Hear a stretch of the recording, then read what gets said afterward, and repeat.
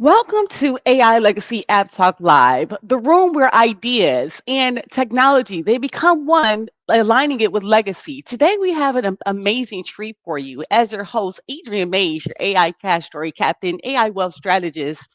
This platform exists for only one reason: distribution.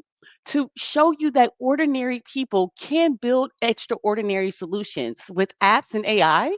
Now, listen, there's so many different opportunities, and we're going to talk and engage today with an amazing veteran who has built a powerful digital command center. But this is not just about app. This is about purpose. This is about service. This is really about what happens when someone who has lived and battled and knows and decides to build something and just consistently know that others can survive in this world when they have opportunities. Our guest tonight didn't just build technology, he built a digital lifeline for veterans. On February 7th, 2026, he stepped on stage with Apps Built with AI pitch competition hosted by Justin Burns. Now, I talk about Justin Burns a lot in this journey as he didn't just show up. This Alex showed up and he co-won. Now, he won with another one of our family members, Miss Emma, and his mission is bigger than code. Its mission is huge, and he has a power command center for veterans all around the world where those who once connected can find clarity, can find resources, support. Alex has a passion, and we're going to talk about his passion and the vision behind his app building, the reason, the struggles veterans face after service, and answering questions and just having a real talk moment when deciding when something has to change and what winning to pitch, what a competition and what it meant for him as well. It's technology and building opportunities. It can scale impact with veterans globally. So when service, and Alex has been doing so much work and busy in our WhatsApp group when in our family in regards to apps with AI, impact multiplies. So if you believe that technology should have solved real problems, that AI should solve real AI entrepreneurs, this is a conversation that's going to matter for you, my friends. And I truly appreciate you coming in. I definitely know that each and one of you have the opportunity to know that the app building process, it is exactly what it sounds like. So what I want to show you before I bring Alex on is AI Legacy App Talk Live. It's a platform where you're building AI powered tools and having a platform to talk about it live in person, up close and personal. So the link for it is on your screen there. So make sure you go ahead and register and become a part of the family. And so weekly, every Tuesday at 4 p.m. Eastern Standard Time, it's honestly focusing on distribution, having the opportunity to build apps and build solutions to pain points and technology. It's really when you have different speakers that come on, one live can kind of give you an idea of a clearer explanation of maybe an app idea that you wanted to go into, or give you that motivation or dream for you to take action on building your own app. Even if this conversation motivates you to move closer to your why, I have to say, job well done. What up, though? Adrian Mays, your AI cash story captain, and also my business partner, Anika Gaines, and I, we have this AI legacy movement as we're trying to, that word try, take that out the old whole equation. Let me, even though it's live, my business partner and I are not just talking about AI, we're building solutions. So having financial literacy as a backup, having a knowing that having a plan and a strategy and getting in front of the right people, we're leveraging the opportunities that AI is providing for us and building on the way. So when we actually discovered the opportunity to build apps with AI, we talk about this opportunity of not having distribution because again, once we built that AI legacy blueprint master calculator, amazing app that was built. However, when it was built, we didn't think about the marketing plan in regards to how to get to the next level. So what we did was what anyone would do is to just kind of do the research, and in doing research and finding an Alicia Little for apps with the queen of AI in her summit and leading to a Justin Burns, creating this AI legacy blueprint master calculator has been a dream. And so many dreams are being fulfilled in knowing that having a wealth operating system for business owners and entrepreneurs, this is going to give people clarity and momentum to be able to clearly see what their numbers look like and things that they do not have not taught in school. So a complete wealth transformation. It's a 90-day, or I'm sorry, a 90-day challenge where you're able to transform your financial situation all within one app. Now, this was all before Justin, so you have to give me you have to give us credit in regards to knowing that talking about taxes and credit and real estate and business, nonprofits, AI, consulting, life insurance, estate planning, automation, travel, mindset, wealth, and health. It's a lot, right? It's a lot and it's a mouthful. But even with having it being a mouthful, what up though, Miss Vicky? Thank you so much for tuning in live. Truly appreciate you showing up here for us. And so, even though it being a mouthful, this is what legacy looks like. These are the pieces and the pillars that are going to be able to connect you to understand, to grow and build your billionaire plan. So this is not for everybody. It's okay because this is for the small business owners, the individuals that are entrepreneurs, the coaches, the hustlers, the ones that want to actually no longer have guessing, and anyone that wants to have their clarity over chaos. But this is not for those that are going to be like advice seekers and hear one thing and trying to figure out, well, is this work or not work? Numbers do not lie. So if you don't want to see what's costing you money, this is honestly for people that are overpaying in taxes or don't understand how deductions and credits work or underusing AI and leveraging decisions and even just not knowing the power of having a billionaire mindset. So this is where you are today and growing and building and being the best version of yourself day by day. So when you have a veteran, as Alex is coming on here shortly, we want to make sure in the comments if you actually engage and grow and build and know that app building is it's not something that just happens. It's a process. But the beautiful thing that I've learned is not only not doing it alone, is being able to have a step-by-step process and being able to get there. So before we actually bring Alice on here live, what I wanted to show you is the one thing that has really understand is something called vibe coding. Now, when you actually understand what vibe coding is in building apps with AI, if you built an app and understanding having this app, how does the app take you from A to B? This is your stage as a speaker when you understanding that social media can take that authentic, unique story, have that pain, and wrap it up and be able to come into a solution. So, in regards to the new target of how we're targeting the mothers of male athletes, as well as name, image, and likeness of athletes, it's honestly the distribution piece is what's going to honestly help you getting to the next level. So the coach that brought us here in regards to a Justin Burns, he has a summit that's actually coming up here in April. And with the summit, you're able to learn how to use AI to build and monetize your own app in 2026. Now, how did I meet Alex Harris? Justin Burns. And in regards to this simple, easy way, in regards to claiming your free ticket, you're able to see these different hitters and understanding how app building can actually help change your life and understand how, oh, the different speakers in regards to, let me just go on a tangent with Coach K. Coach K Coach K was at the summit, and she introduced grant writing for apps as well, and how to do that with actual Chat GPT.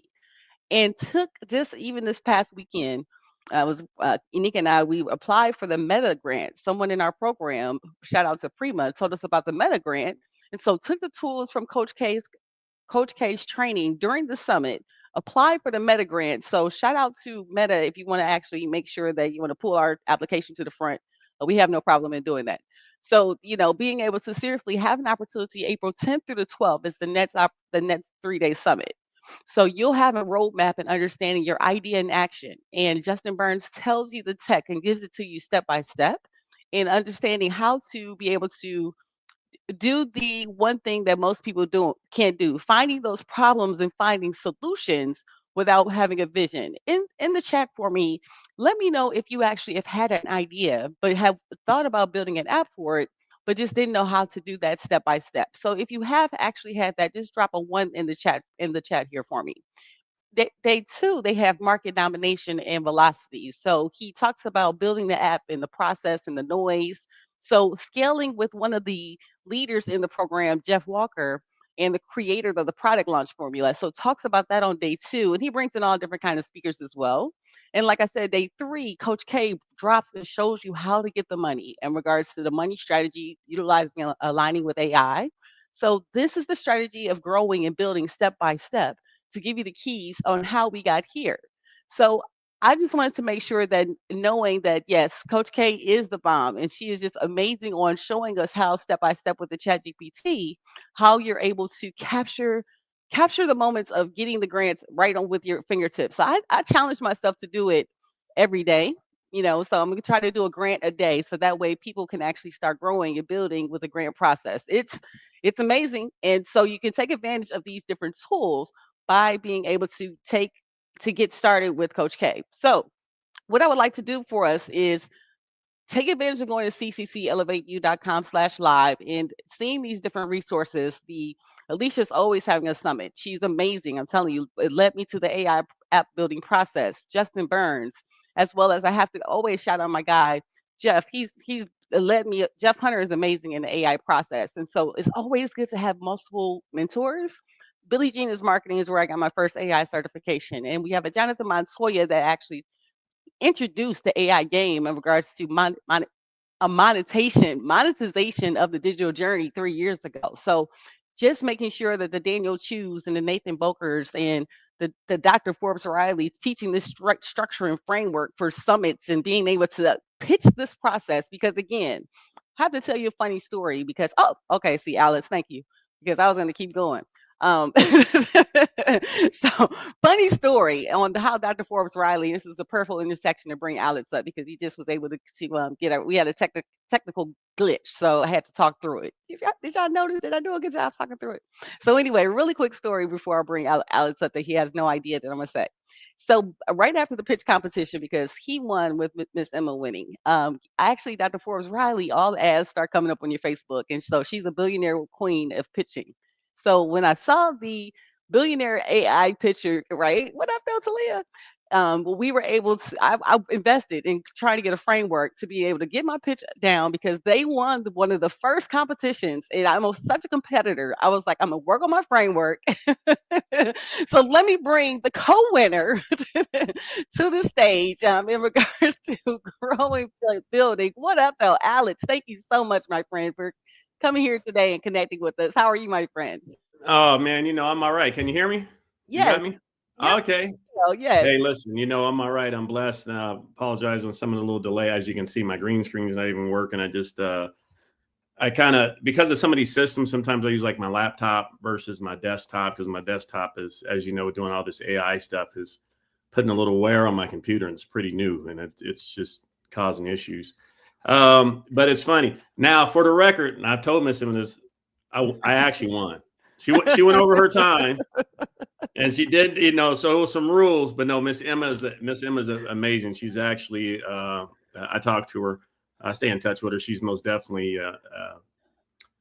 She's a really cool person, and her pitches is what they would call her, right? I mean, I just think they're natural. I don't think she's really selling anything when she's doing her pitch. I think she is selling what is real, and that's one thing I like about Miss Emma. She's a very, I call her Auntie Emma because you got Mother Vicky, so she got to be an auntie or something. I don't know And which one yet.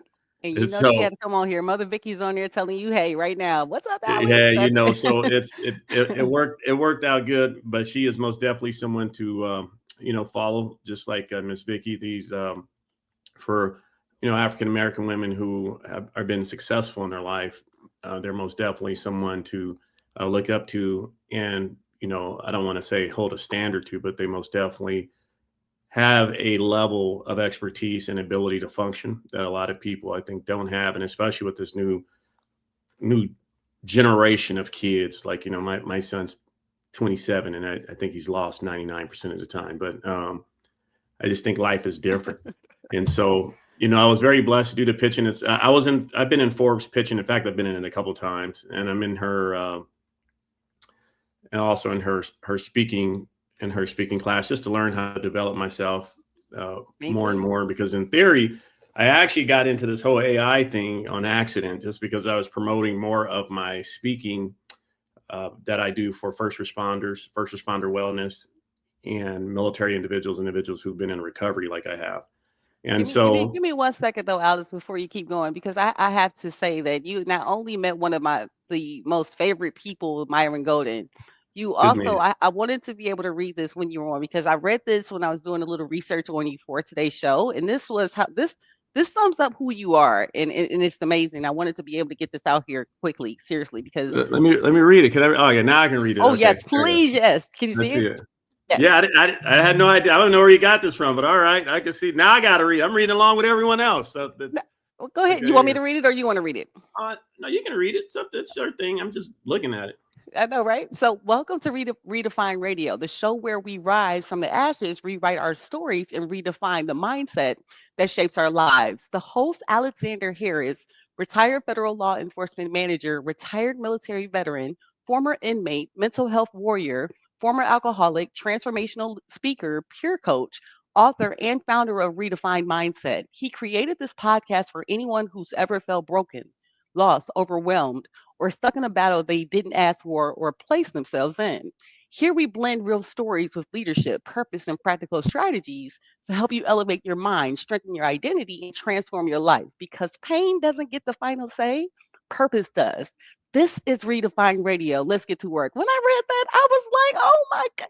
I had to portray because you know how people won't say these different things. I mean, we do so much things in our copywriting and our but Alex, these words, my friend, this it's amazing what you're doing for veterans. Thank you so much for all you do in your service. My please, I know we had the technical difficulty and I saw that. Thank you all for what you do, even just saying yes for this conversation here today. I truly I appreciate it. love that. I love to speak any time of the day. I appreciate you pulling that out. Yeah. So Redefine Radio. So my brand is Redefine Mindset, and that's where it came from. Hmm. It's a whole long story, but I'll try to sum it up because I know everyone doesn't want to hear about all that. But in short, it's really the transition from growing up the way I did, having educational developmental issues, being dyslexic, being self-educated, going through being a teenage father, to ultimately get into careers, and both of them of whom which put some very unique stressors on me. But when your guidance and your leadership is very thin, you kind of have to live life how you kind of learn it, right? And sometimes they call that OJT, on the job training, right? Right. So over the years, I did a lot of self destruction. My marriage was horrible. I got married at 18, and I wasn't probably the greatest dad, I'm sure. But on the flip side of that, at that age, I didn't have a father in my life, because my father had passed away, and I was just turned 18, just graduated, I think. Yeah, just graduated. And yeah, you graduated, I think it was the end of that year. But so as you kind of go through, teenage father, that's how I got wrapped up in the military. And, ultimately when 9/11 happened, that's when I got it, started doing alcohol and just kind of growing through the system. And then when I went, I got in law enforcement at 21, I stayed there and worked in the city, out in Long Beach, out in LA County. And then I ended up going to the federal government, where I thought it would be cool to do things, but that was a different experience. And so ultimately through all that is where I transitioned into the mental health world, I would say. And part of that is when I did get arrested. I was going through a per se, I wouldn't say crisis, but I was going through my own mental kind of breakdown. I just think my body and mentally had over the years have kind of caught up to me, and with the alcohol use disorder and constantly drinking. Because I tell you, I don't know, you ever been to Costco? You don't get those 1.75 liter bottles. Well, I used to drink like 3/4 of those in a setting by myself. Oh wow. And so when I went to rehab, I remember they did my blood test, and my liver enzymes were like way in the hundreds. And of course, I didn't know anything about it. I'm like, well, whatever that means. So the nurse was like, well, normally it should be under 100. She was like, it's like 4.5 times normal. And at this time, it's crazy. I didn't drink for like over a month at this time. And it is what it is. And so what I So you learned. had drank. So you went to rehab. What was it? 2022? Is that right? Yes, ma'am. Okay. And then so I was a blessing. Let me be honest. I'm not a big component of the VA, even as a veteran. But I went to a very great rehabilitation center in Missouri, and it was VA, but it was only for 21 days. And I had a senior guy who had some senior leader, retired out the military, and he just kind of pulled me in, and just kind of pulled me in. And for those 20 days, he was my drug alcohol counselor, and just gave me a lot of like real, just like real talk, not like, therapeutic and just like, hey man, close the door. We're going to have a conversation kind of thing. And part of that was coming to the realization of the one thing that they teach you, like in AA or no matter what, is acceptance. And I think a lot of people in theory struggle with the word acceptance. And what I mean by that, not cognitively far as not understanding the word. I don't think they understand what it means to accept life and how things are for you to progress further in life. And I think that's where we get a lot of problems. And I know that was one of the things for me. And so when I got to that point, I was getting towards the end of my program, it was 21 days. And he was like, I recommend you need to go to another facility. Like you need to continue what you're doing. And so I was blessed and fortunate that my job picked up the tab for my mental health treatment. And I ended up staying a total from the VA all the way through. I did 8 months as an inpatient. And I mean, all the way from lockdown facility, all the way to outpatient rehab.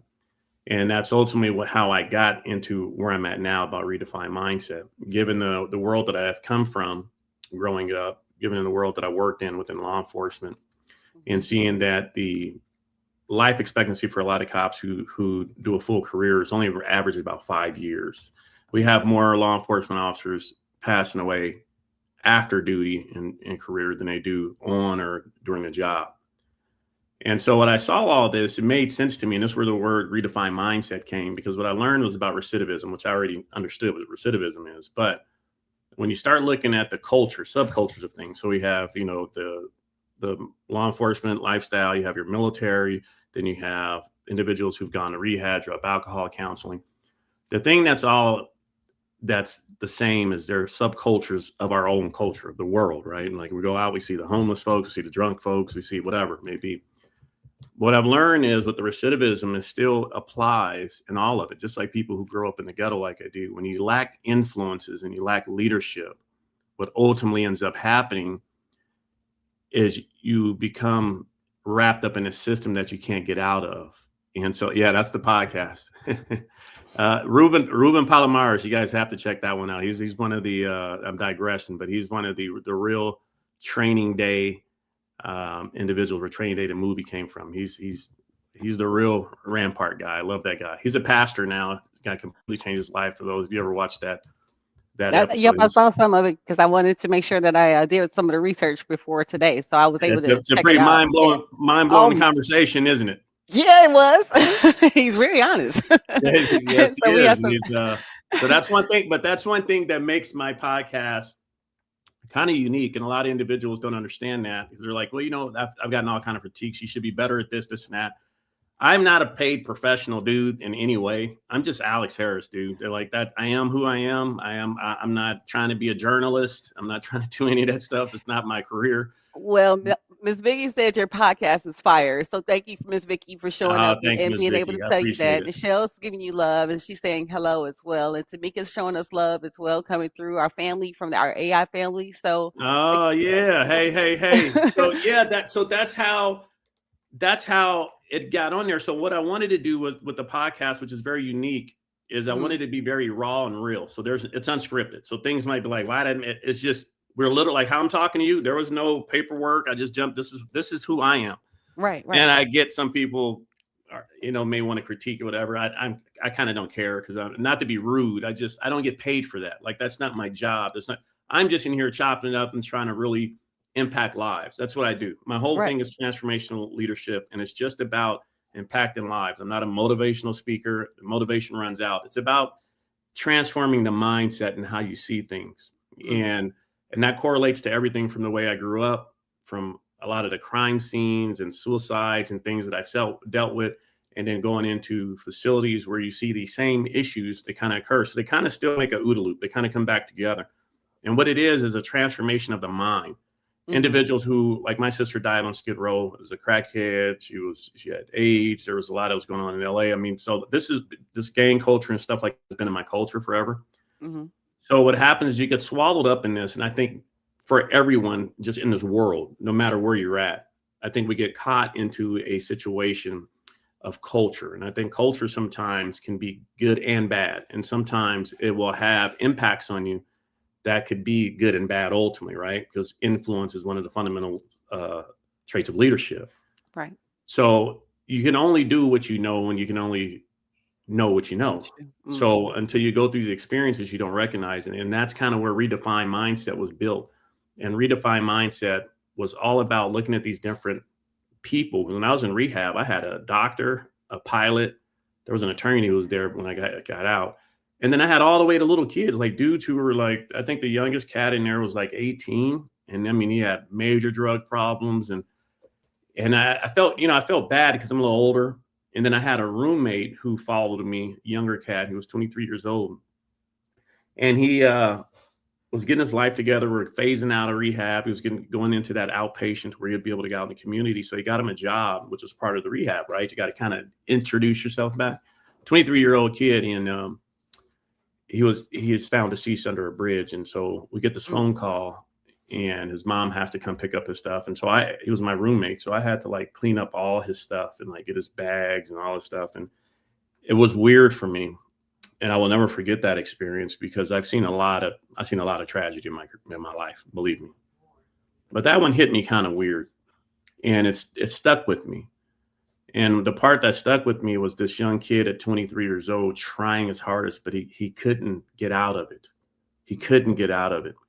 And when he had the job and he was getting himself together, the mindset couldn't let go of that. And he went back to it and ultimately passed away from that. And it was, talking to his mom was very hard.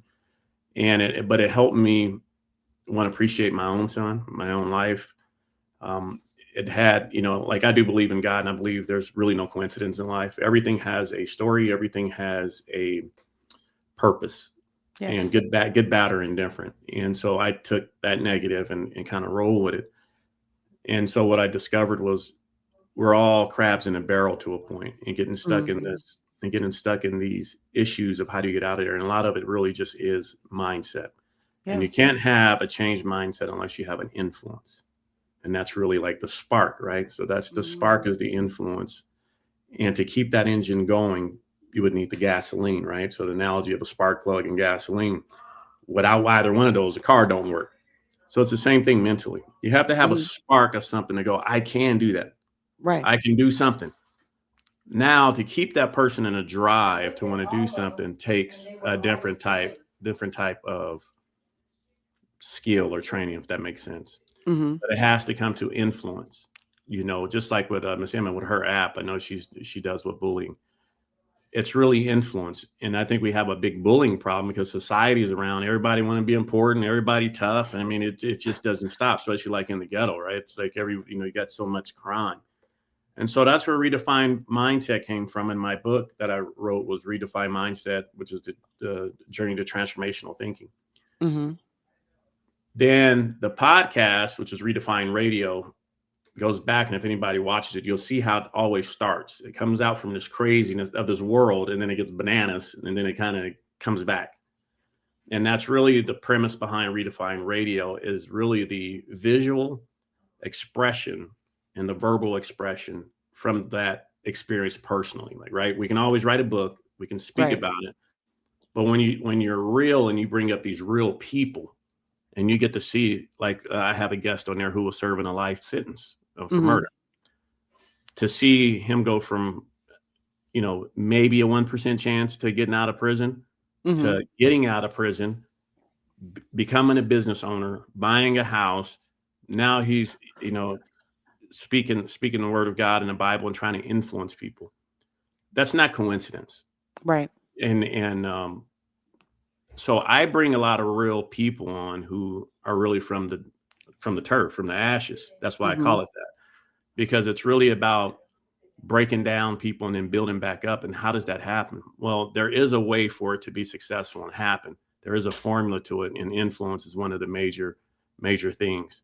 Yeah, in fact, Demetrius, he's the one in the middle. He talks about that, and that's pretty unique because we talk about Snoop and the way we all grew up, and he's related to them, and our families intertwined. So that's kind of where I got everything. And then from there, I got into AI on coincidence. Had absolutely zero tech background. Didn't know anything about it. In my career, all the tech guys, we just call and say, man, we need that. And, that's kind of like where it goes.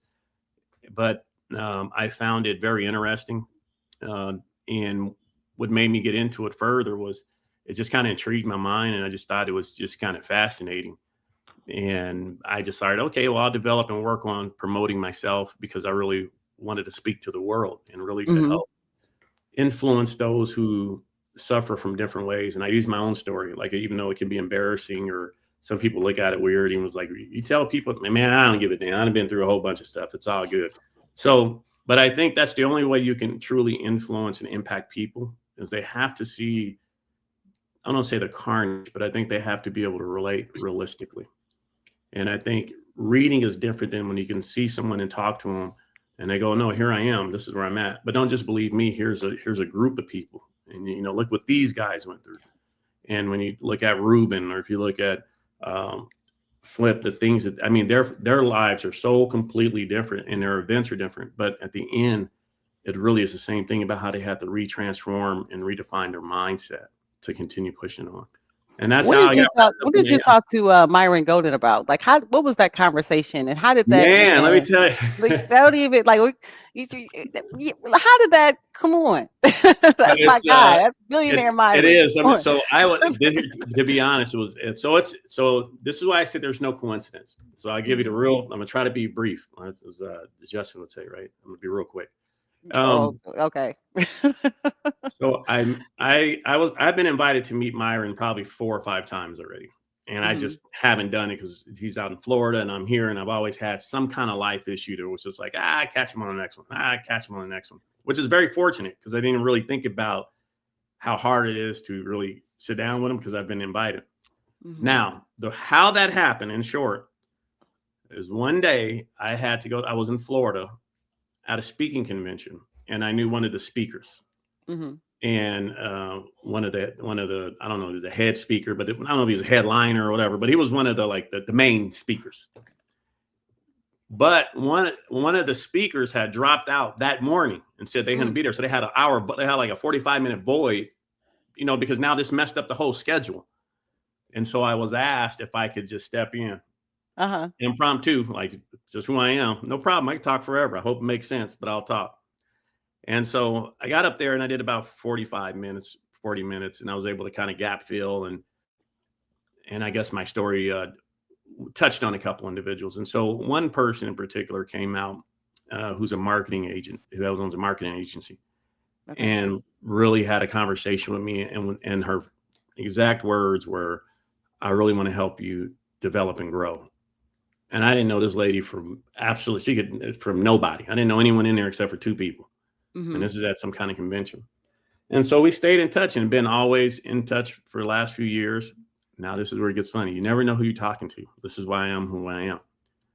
So she's actually the connection to Mr. Golden's people. Like she's got it in, like she knows him. I had no idea, didn't know anything about that. She was just like, oh, you should come down one day. And Right. I was like, all right. And then so again, I don't believe in coincidence.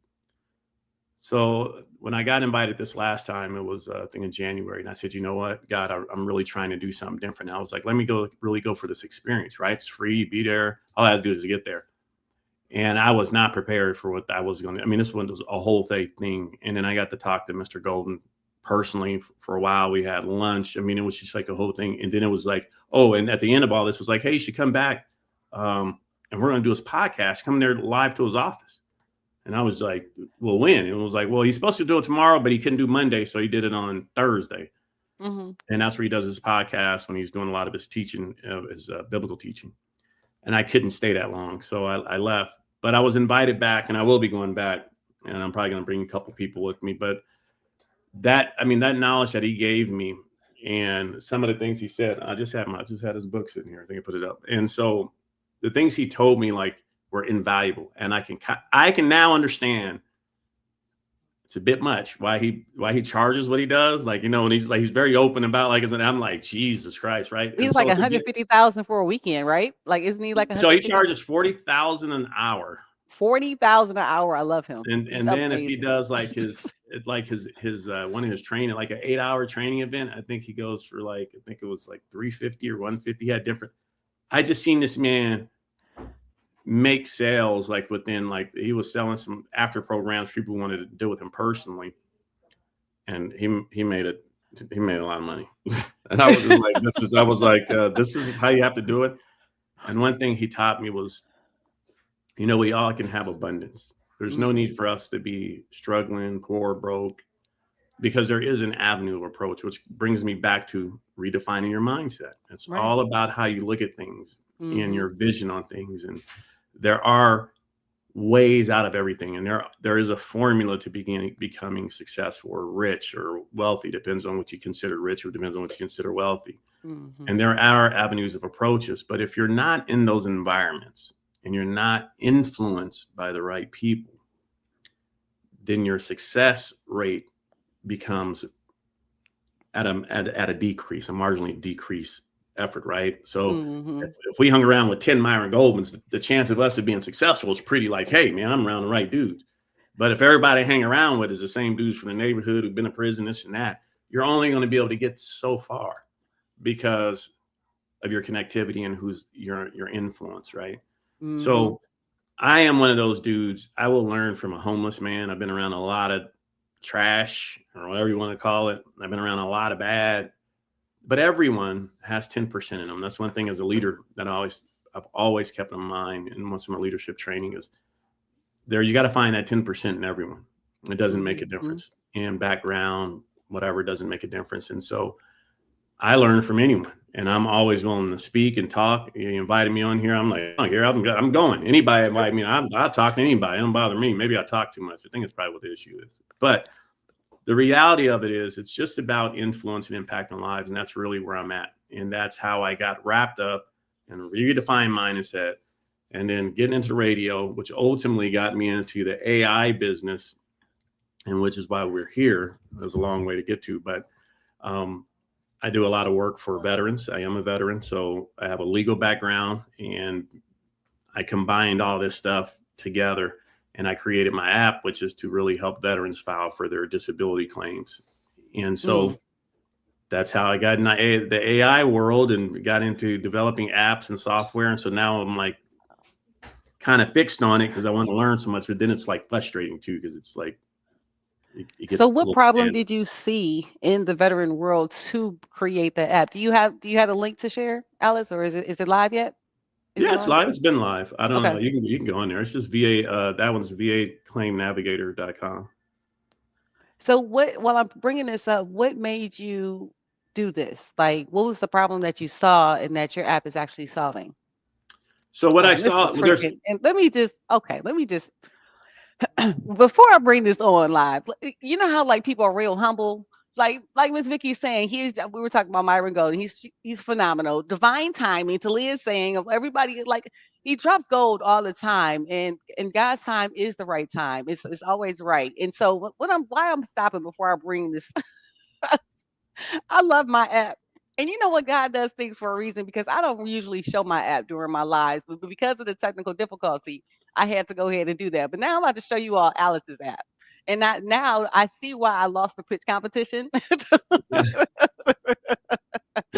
freaking amazing. You can't beat experience. Miss Vicky, I got it. I'm telling you, they're going somewhere. I'm just hoping they don't forget about me when they're on the train. Yeah, back to back. I'm getting her next week. Yeah, you all are amazing, both of you guys. And so you're bringing so much value for what you're doing. But seriously, this right here, Alex, oh my gosh, build your VA disability claim within 30 minutes. Let's talk about it. Talk a little bit about what made you get here. Oh my gosh. Look at this app.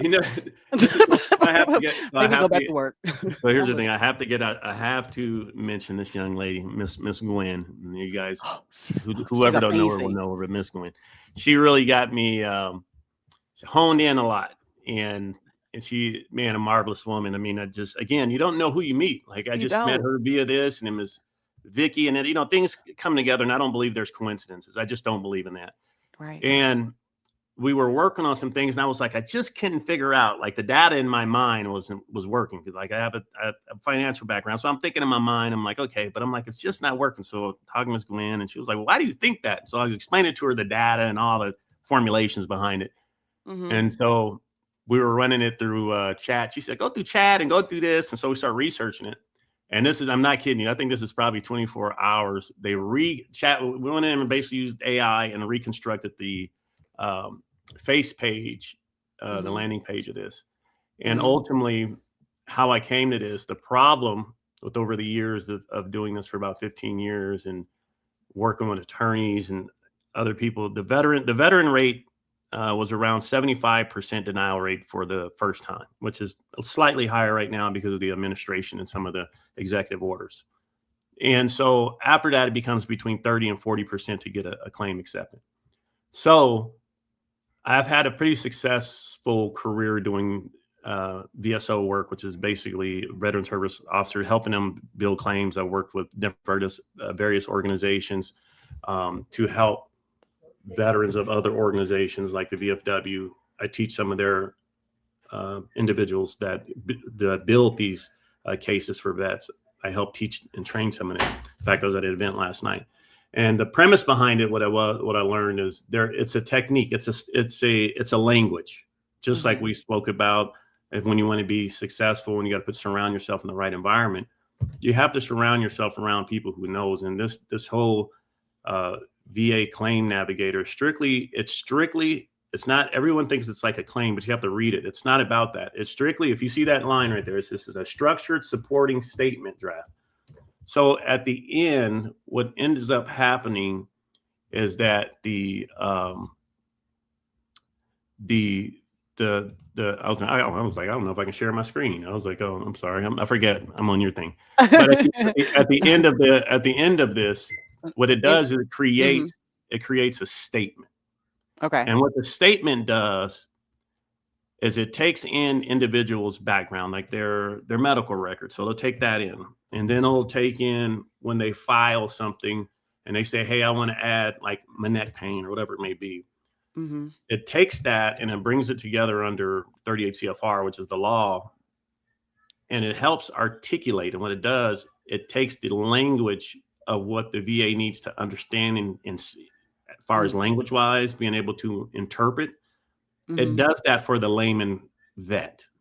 You got to Okay. remember, some of these people, the demographic can be anywhere from basically the youngest, I want to say 19, 20, all the way to 80 plus years old.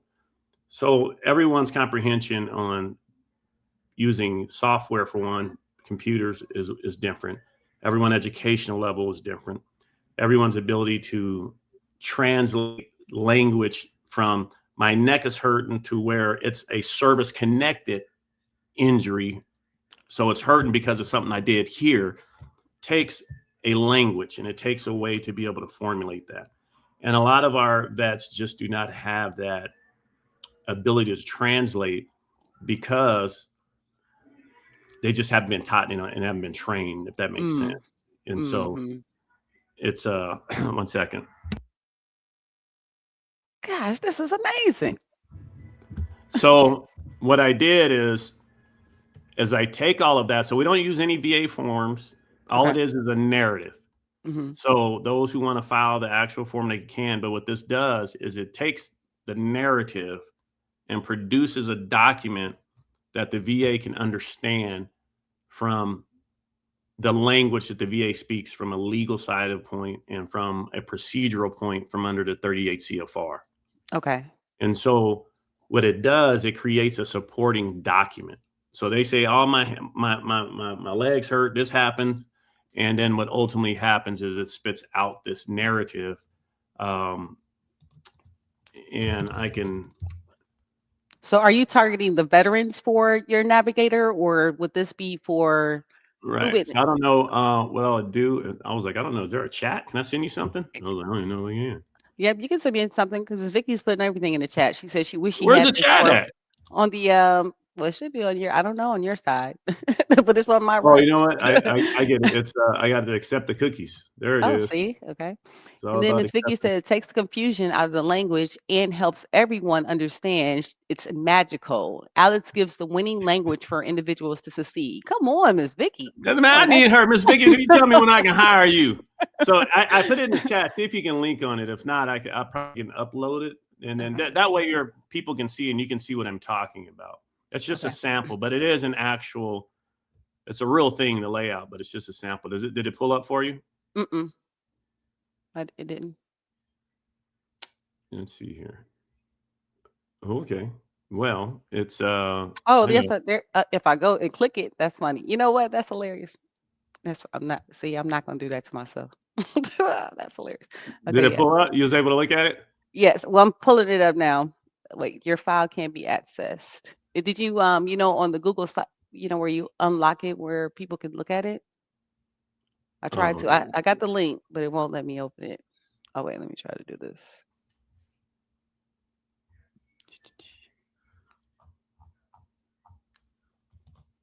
See if that works.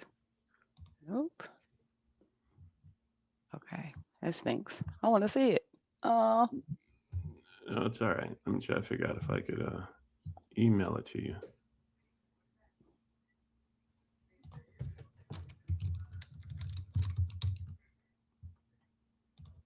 I'll make it easier. Let's see if I can email it to you, and then that way you can have it. You can post it, and you'll be able to share it, because it's very important. It is a vital. It is vital mm-hmm. to veterans, not just to veterans. What people have to understand is it's not just to veterans. It's just there's a lot of benefits that veterans leave behind, like annually 50%. Every year, 50% of all the veterans who qualify for like the GI Bill and educational benefits never use them. Mm-hmm. And Mm. so what happens is they take them and they just kind of recycle them. They put them back in the general fund or whatever it may be. I emailed it to you. That way you can have it. And Okay. then you can pull it up and I can explain. This is kind of really, this is what it does for everyone. And that's really what my goal is. I wanted to be able to continue to impact the world while I start transitioning further into my AI career and my speaking career, which I really ultimately like to do. But I didn't want to leave my vets hanging. So I was like, well, what do? I have this talent God gave me, and I've been doing this for so many years. And I get hired by attorneys. It's just a little niche that I've been into for years. And that's just because I had to learn it on my own. No one had to teach, no one was there. You get robbed by these attorneys. Oh, give me 10,000 or et cetera. Mm-hmm. And so I was able to just kind of put my brain together and using AI through, what Justin has taught me through apps by AI and Ms. Gwen and Miss Vicky, everyone who's given me their own part of a little bit of the world. And I just put it together. And so I created something that doesn't really exist. And so Is now there it is really, there an affiliate link, Alex? Is before I bring it up, because I haven't put. I Is don't there? have one yet. No, Miss Okay. Vicky will get on me because she was Right. trying teach me Michelle to was get on ready. there. Good job, Michelle, making people accountable. Great job. So I wanted to show the doc, but I was like, let me make sure it's an affiliate link first. But we'll No, see what I'll get it out. happens. So Yes. Mhm. this is a sample. This is exactly what it will look like. This is it. And so Okay. it just articulates on behalf of the veteran. So when you scroll down, you'll see where this guy in this scenario this is a real actual thing, by the way. It's just redacted. Hmm. And then it gives you the legal framework which supports all this and why the veteran should get their percentage and how it works for them. So it takes the thought of the veteran, if that makes sense. Like the guy Okay. knows, like, hey, I should be this, my back hurts, this and that, but how do I translate that into the VA accepting it and giving me health care and treatment for it and being able to get my benefits? And that's what this letter does ultimately. And that's why it's just a supporting statement. It articulates and brings these things together. And technically, by law, all the veteran needs to do is actually just submit this memo. They don't have to file an application. They don't have to do anything. They can actually just print this memo and mail it or fax it in, and it'll Mhm. account for filing a claim. So if I was a veteran and I came to your app, I can just literally just put in the ailments, or I guess walk me through how that would look if I was a veteran. I had your app and I had the output to come with. How would I get from A to B? So in short, in describe, I don't have access to it, but if you go back to the website and Okay. it's very simple. We can do this within minutes. It's us talking about it probably take longer than me actually doing it. So when you scroll up there and you go to like the login, right? The Hmm. veteran will just create their account from there. And then from there, after they create their account, you don't have a log. This is live, so I don't have a fake one to give you. So Can but once if I create it, will it do it or it won't? it will, you'd have to go to sign up and create one. They got to go sign up. That's sign in as if you exist already. Oh, that's true. Good point. See how we did that live? See how that was live? That's right. Okay.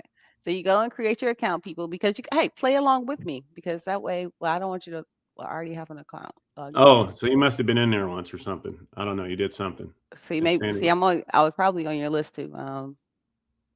Yeah, Okay. so it's going to resend you a code. See, that's what it's telling you.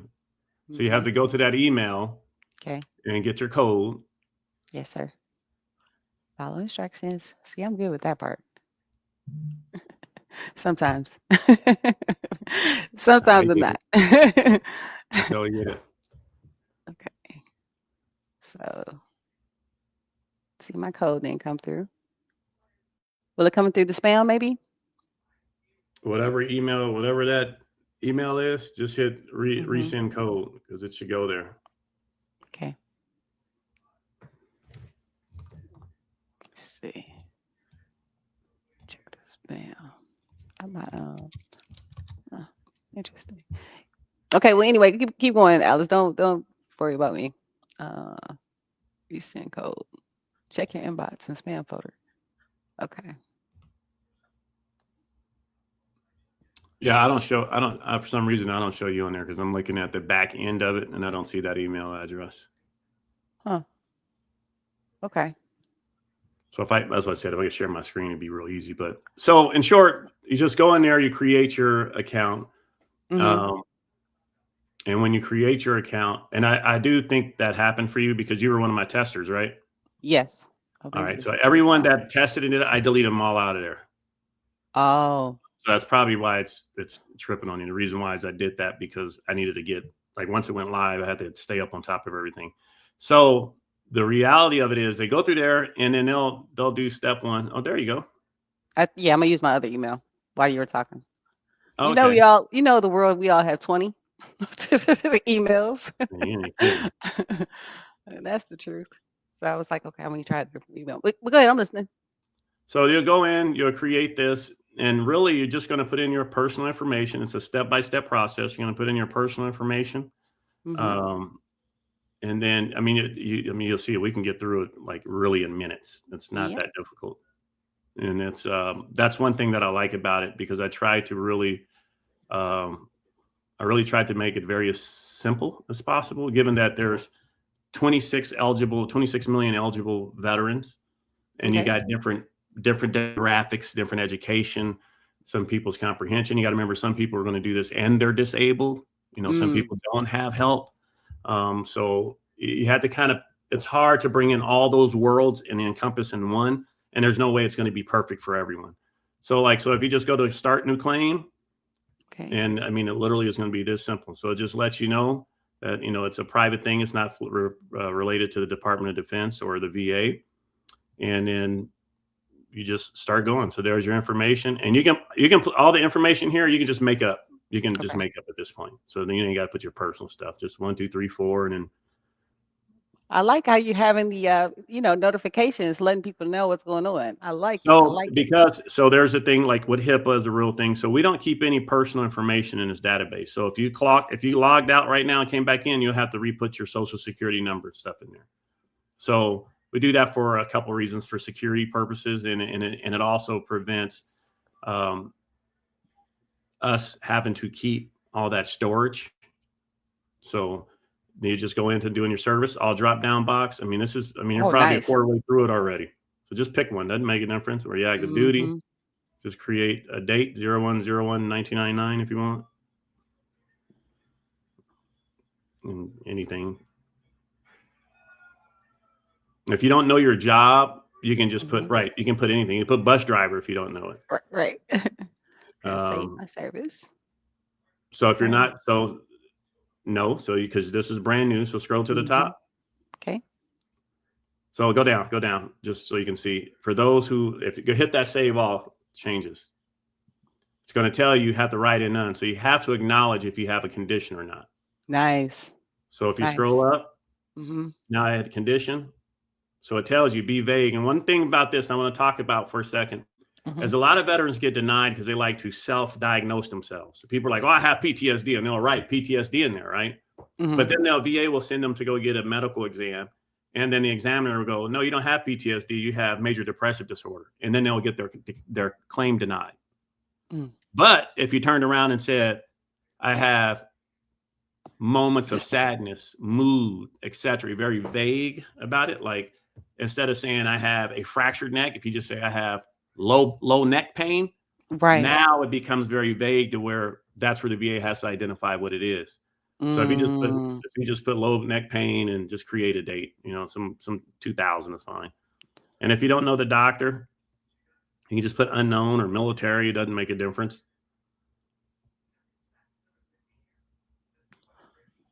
These are great pro tips that you're providing, even if they use your app or not. Just, any veterans that are having, some issues doing claims, this is golden information that you're providing. So thank you for that information. Seriously.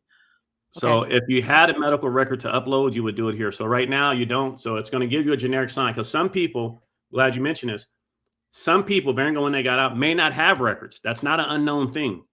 So, but then there's another thing that you can and cannot do with your buddy letters, etc. But let's just go for the premise of time here. You don't have one. So just hit continue. Okay. So it's going to tell you, since you don't have evidence, right, you need to have these conditions. So then hit OK to continue. Now it's going to ask you about your one condition that you put in. What's your current condition? So now you can put in anything you want. So here goes back to vagueness. Mm-hmm. So these are now your new conditions. So just put, lower neck pain is fine, or whatever you want to put. Okay. And then just put a date. And then direct versus secondary means, I'll give you an example. If I'm running track on the military base for PT, and I fall because I twisted my ankle, but when I fall, I hurt my back and my head. The ankle would be direct. The back and the head would be secondary. Okay. So those would be this primary condition. So if you go to next, it's going to ask you severity. So when veterans need to understand, when you want to get 100% or 0%, the big factor is the severity of symptoms. And that's why I know that. So that's why it's programmed in there. So if you go down to occasional, then that could be anywhere from 0% to maybe 30. But if it's a frequent, you may end up having a potential 100%. So let's just say it's persistent. This is a pain that you have every day. So I select some of the, so you have pain every day and maybe difficulty, it gives you anxiety, right? So now if you scroll down into that box, it helps articulate the wording for you. Goodness gracious. I know that's so you can also click into it if you don't like it or you want to add something, or you can hit other and add your own as well. So it helps you see what I mean by it helps you articulate what they're saying. Right. So scroll down and just hit next when you're done. Okay. I put wow. Yeah. So it's asking, do you have anything else you want to put? Move forward. And some people say no, and you're good to go. So it's telling you because you didn't have, okay, that's fine. So since it's telling you didn't have, once I want that back screen and it tells you didn't have evidence, it's telling you that because you didn't have evidence, that it's going to give you a generic screen. So select Pro. I'll give you a promo code since we're on here. It should work. I don't know what that did, but all right. Oh, there we go. So go to add promo code and I'll give you one. All capital letters, put VA Claim Navigator. Promo, PROMO, and then hit apply. Thank you. But this is live, so I'm like, you might want to change this after. Right. So just redo it. Sometimes it's a VA Claim Navigator, Promo, PROMO. I don't think I changed it. I'm pretty sure I didn't. So complete order. That's a sample code, so it's all right. Just while I was going through testing. Right. So now go back through if you go back through, go to your profile or my profile. Go down to the warrior. Just go to the warrior coach. That way we can go where we started off. Oh, I'm sorry. Claim builder. I apologize. No worries. That's where we're at. Okay, so scroll down. This is, I think, where we're at, right? So your back pain, we don't have any evidence. So continue.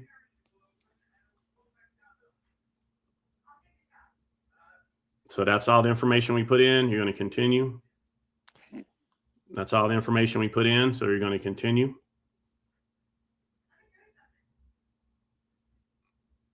Now you see how it tells you. So since it has a generic and it doesn't have your evidence, it's going to kind of create the best statement it can for you without having the actual facts.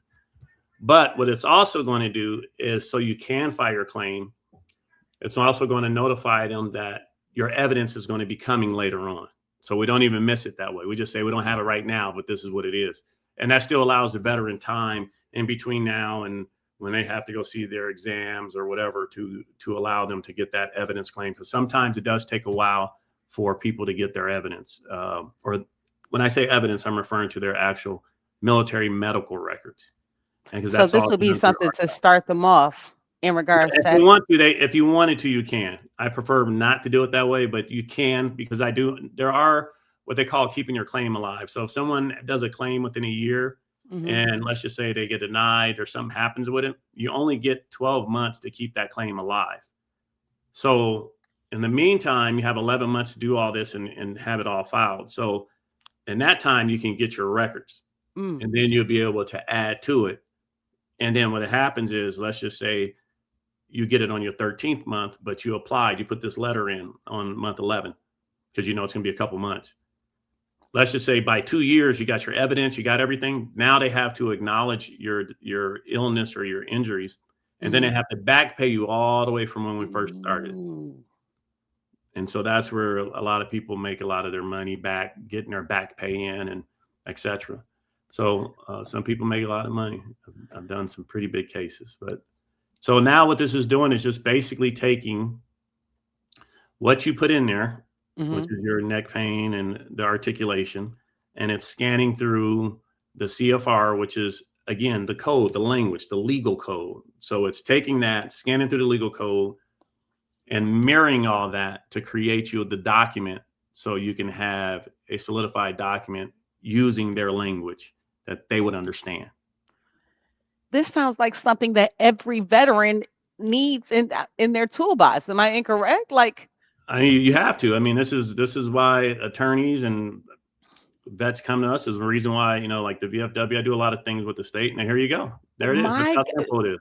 While we were talking as well, like the speed in regards to the output as well. Oh my gosh. Okay.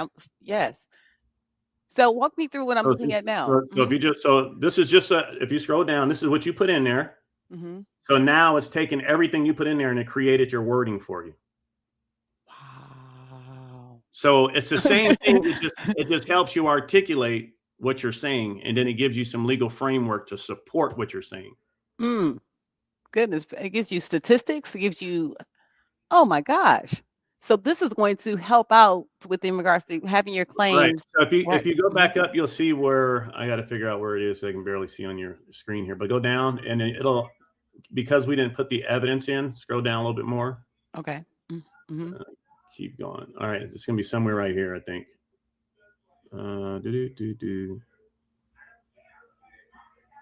It's going to be in one of those paragraphs up at the top, but in there there's a sentence in there that says, because the evidence wasn't attached, that the evidence will be coming in. And so they want them in the meantime to accept this as their filing. And that's all they have to do. If you scroll all the way down, keep going, and it says VA contact information, all the veteran has to do is take this piece of paper and either mail it or fax it. And that's their whole claim. Wow. God, in minutes, like even just while us conversing, a veteran can have their paperwork done like that.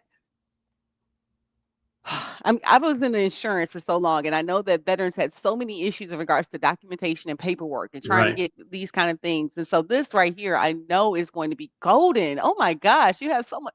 Alex, this is gold right here, my friend.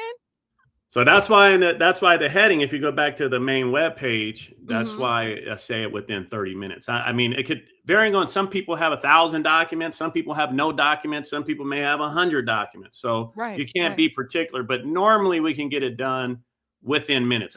We've had nothing have past 30 minutes. I mean, I believe that's more than enough space and time. But if you see it, that's why we put it on the front, the head page, have it done within 30 minutes, because that didn't take us 30 minutes. It did not. That is awesome. Oh my gosh. Veterans should be excited if you're watching this live or the replay. Ms. Gwen said very engaging conversation. So we have some love here for you as well. Talia, of course, she says Michelle, she gets it. And Ms. Vicky said that this is like your own translator to the language and to get improved. So we Correct. showing love. And thank you so much for doing this, Alex, and walking VAs through. I want to put up again the website in regards to people getting started. So you said the affiliate program is coming. Is that correct? It's Yeah, not I as have of to yet. I have to get it together. I know Mother Vicky's has gotten on me about it, Yep. because I know she wants to help, but it's just, I'm a one man band, and doing all this is a lot going on, and I have some help, but I have to give it up the affiliate program. But I wanted to make sure everything was proper. And like I said, I just really revamped the website literally like 24 hours ago. Miss Gwen, under her great tutelage, and some of the AI tools that I use, was able to kind of recreate it to make it better, to really explain more. Because in my head, it's hard for me, just like with anyone, because in your own head, like, what do you not understand? But you have to understand there's so many millions of people who will look at this and they're kind of like, I don't quite get it, right? So I'm always trying to revamp it to see if I can make it better.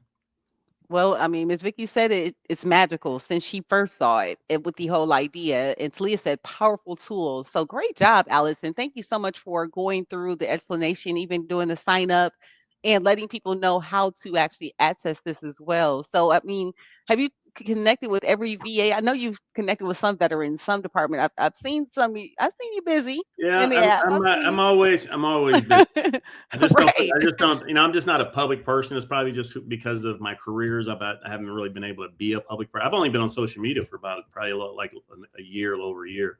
But I mean, like, probably real in the last year, just because last year I had my autoimmune disease was attacking me. So I had a whole bunch of other issues going on last year. But I've always been the kind of a public person. I didn't have a kind of a choice throughout my career. So now it's kind of very new for me.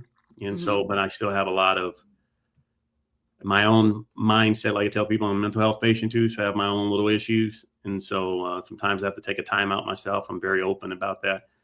And so ultimately, how important is mental health for men in the app space, or even just general, or even therapy? Do you believe in therapy for yourself? now here's the thing. I am not the most pro therapeutic person. I'll tell you that. Now, Okay. with that being said, I think it's also relative to who is your therapist. I think sometimes therapists, as a general, are disconnected to individuals in certain spaces. And I remember that because I've been a patient. I've gone through a lot of this stuff, that there's therapists, and I'm like, there's no need to talk to you. You're lost. You have absolutely no clue what it is. Then it's like, oh, your PTSD is so bad. You're still looking around. I'm like, well, lady, that's what I got. I've been doing this for the rest of my entire life. Like, what do you want me to do, right? And then, but I noticed a difference when my therapists were veterans. And especially some people who've gotten combat experience or been deployed, been out of their regular normal job at home per se. So it comes with different backgrounds. So I do believe therapy is good. I'm not saying that, but I also think it's very relative to who your therapist is. In conjunction with that, though, that's only one part. The other part to that is acceptance. You have to accept that something about you needs to be worked on, or you need to fix or acknowledge, right? So my drinking to me was just a normal day-to-day thing. That's just what I did, Right. And in my career, unfortunately, especially in law enforcement, guys, and I say this when I travel, a law enforcement agency would rather have a drunk than a mentally ill officer. So, and why wouldn't you think they're hand in hand? Like, because we'll be here all day with this, but right. I mean, you could. They're not hand in hand. Some are symptomologies of one. And then there's things that can be produced that comes on through things like PTSD. Comes from PTS, was post-traumatic stress, right? So then what happens is you experience something that is so shock of the conscience and crazy that you'll never forget it. I mean, there's things in my mind that to this day I can remember. If I was an artist, I could draw it. Right. And those are things that are not common to the normal person. And people just don't understand that. Like, it's not common to see fatalities on a normal basis. Like, just like, oh, it's just another one, right? Like, I got to the point at one time, I remember vividly the first time I knew I was numb, when I had to get to a homicide call, and I was very upset because I really wanted to go to lunch. Like, I was like, I was really upset. So I literally stopped at like a McDonald's and went in because I knew I was going to be there forever. And I know it may seem crazy to some people, but in our world, you get so numb, it's just normal. It's just like, okay, I got to go do this 10-hour thing, right? And so what happens is, when you have therapists and people in therapy who, one, as a patient, can't explain that stuff, then you have a therapist trying to use their therapeutic book to go through and figure out how they, it sounds like you're in the DSM, that's a DSM 10, that looks like that could be here. And it's like, when you come up on certain people, it's just not going to work that way. And so I deal with a lot of first responders wellness, and there's a facility that I speak at sometimes, and it's 100% first responders. The therapists, the drug alcohol counselors, all were firemen, law enforcement guys. They were something, because it's its own world, just like a veteran. There's a difference between a vet who's been deployed and have got combat wounds from being blown up, IEDs or shot, versus like a veteran like me who was deployed, but I was in the back doing support, moving stuff, getting equipment, doing things like that. I mean, was I deployed? Yes. There's a difference between, now all those different series, that's a complete difference than someone who never had to deploy and got to sit at home in their home station the whole time. It's a completely different thing. So therapy for men, and I think therapy in general, especially for alpha men, is critical. I do believe it's something that should be exercised and entertained. I do believe that. But I do believe it has to be done smartly. And I think that part of that comes down to acceptance and acknowledging that you may need some sort of guidance or help or whatever adjective you want to describe it. But then that person has to also be accepting of what that is. And then But do you think though too, Alice, that it has to be like a situation that triggers you to be able to see the change within you? Like for myself, for example, when I got my third DUI on September 30th, 2023, I didn't get it my first one or my second one, but the third one, it was the time. I don't know if it was maturity. I don't know. It was 12 years between the second and the third. But my point is, when you have these occurrences, I can say between that time and now, on the sobriety journey, my mindset is totally different. Which is so acceptance, like you keep talking about, is so important in regards to your journey. But I didn't know acceptance like I know acceptance now, but I did the work. And I didn't know that about you at all. And I know, again, you never know who You people never are, will, right? But I So- like to share it because nobody knows my life. Like, if you would never know the things if I didn't tell people. Because now I'm thinking, now after this new Adrian, the old Adrian, like I said, you would see a polished, amazing, which I am. But my point is, I'm human. My point is, I'm human. I've made mistakes. I'm not perfect. I've fallen. And I'll talk about it. So before I hit it. So, but that made me have eczema. That made me have not feeling good about myself. That made me have all these different other issues. But I didn't even realize what I didn't know until you're on this side. It's amazing on this side of being sober. But Miss Emma says she's here as well. She's saying hello, family. Tamika's showing us some love, and we have our family here, Right. our Yeah. AI, as well with AI talking. Look, we're both alcoholics here together, just sharing the world. Listen, but that's why it is, right? So that's why I say acceptance. And when I became a peer support specialist, which was unique, because when I was in rehab, and I was very blessed because my job covered me, so I was getting paid and it was paying everything. So all I had to do was that's nice, myself, right?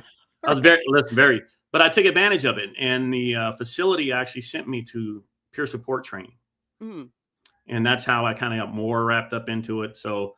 We can talk about different things. That could be a whole conversation, from AA to other programs that are out there. But and I have my own opinion on some of it. But the reality of it is, it's all relative, and I think it's relative to when you grow up. Like you said, when I say grow up, I'm not just saying I'm just saying when you grow up as into that next level of life. Like what you said, it wasn't the first or second; it's that third, right? So I teach my daughter this because she's very fascinated with some of the young boys. And so I keep telling her the dash. When I talk about the dash that's on a headstone, it's the smallest part of the headstone, but it has the most significant part of the person's life.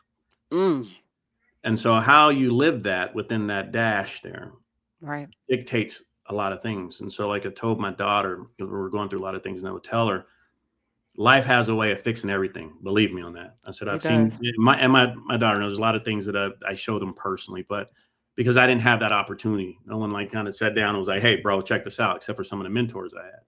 So for you it was that third one, but what it didn't cost you was a life. What it didn't cost you was a something. Yep. One of my roommates in rehab that I'm very good friends with now, and he's only one of two that I talk to anymore. I had to cut that life off. I mean, it was just like them people calling all the time. I couldn't handle it. He relapsed, like Jesus Christ, right? So, but my partner that I was, and again, that's no coincidences. He had a lot of hatred. He was upset, and he had got involved with a fatality traffic collision where his friend passed away in the car while he was driving because they both were high. And that was his best friend. There was no enemies. They were doing the things that they do. And he lives with this every single day, every single day. He went to prison. He stays in touch with with the family's people. And he had a lot of ups and downs. And so to this day, he's doing very well. But it took him a while. And sometimes that's severity, right? Like, what is the cost? And I don't know what that cost is. And I think that's where men and people or whatever, you have to acknowledge that at some point it's going to come at a cost. Yeah. Nothing is free. It's not. For you, you got off. You was like, hey, okay, I got a few times. I got it now, right? Hey, for me, I was butt naked in the jail cell with I had a vest like I was going to kill myself. And I was like, I'm not suicidal. And they were right. Like, because of who you are, we don't know what you might do. And so, you go through these experiences and you go, wow, that's unique. So now all I do is I speak about it, and I use my badness and my goodness and all of it as an example to say, look, it doesn't make a difference where you come from or how you end. The reality is you have to at some point live, and everyone's going to have a word to say. People don't understand that Jesus rode with the 12 disciples, was probably the 12 worst men on earth. Yeah. But became the most holy. So it's just a matter of, it's relative to mindset. So that's why it's important. And that's why I teach redefined mindset. And that's what it's all about, man.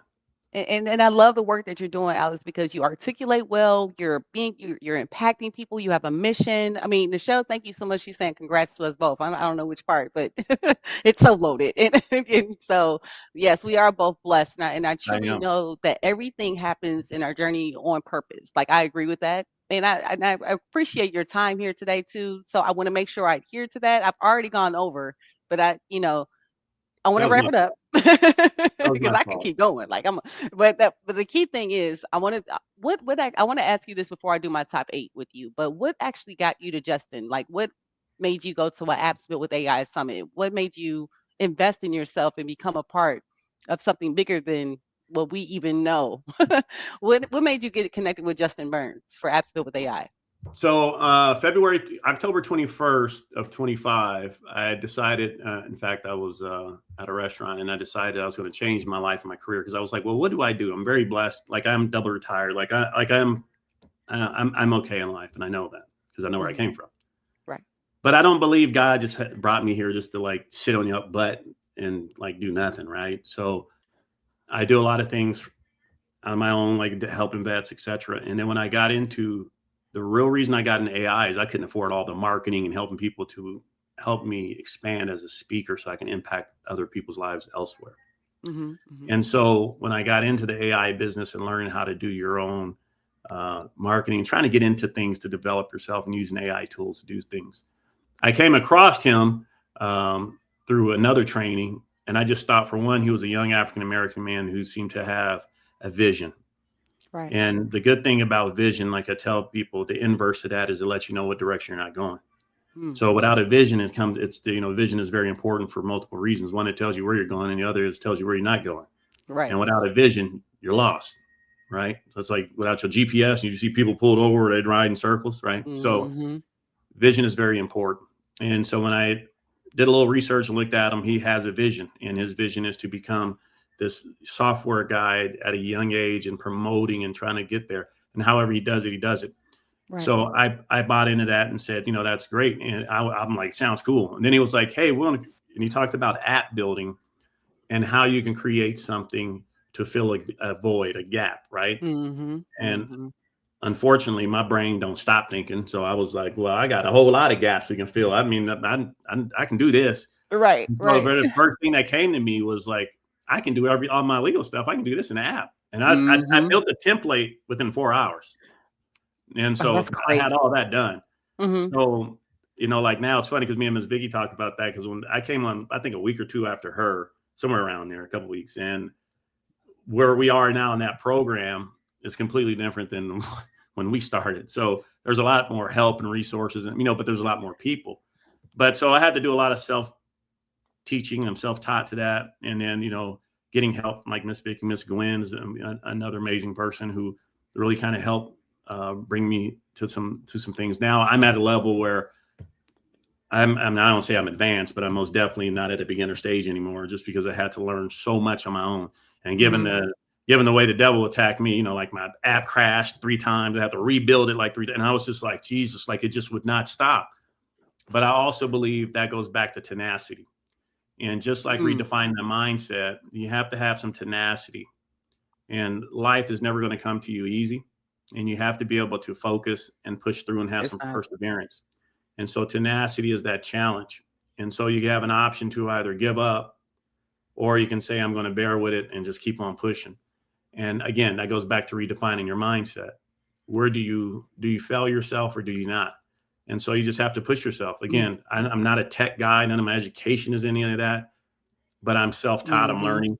And I've been very fortunate and blessed to have a couple of people help me. But in return, I have a product that's truly genuinely going to help other individuals in their life. That's going to impact their life. And I know that for sure. It's going to do that. And I know it's for sure for so many reasons that documentation in general, just people need to veterans are not, it's that's just a general thing that's going to help out, just to have out what I'm thinking in in minutes, less than 30 minutes in itself. Cold, brother, cold. So I got to give Ms. Gwen props too, because yesterday I learned about a chibi. Have you heard of a chibi? A Have you chibi. heard of a chibi? I think I heard of it, but I No. don't know what it is. So that's a chibi. A chibi is a avatar of a Oh, pixar of okay. Yeah, yourself. yeah, yeah.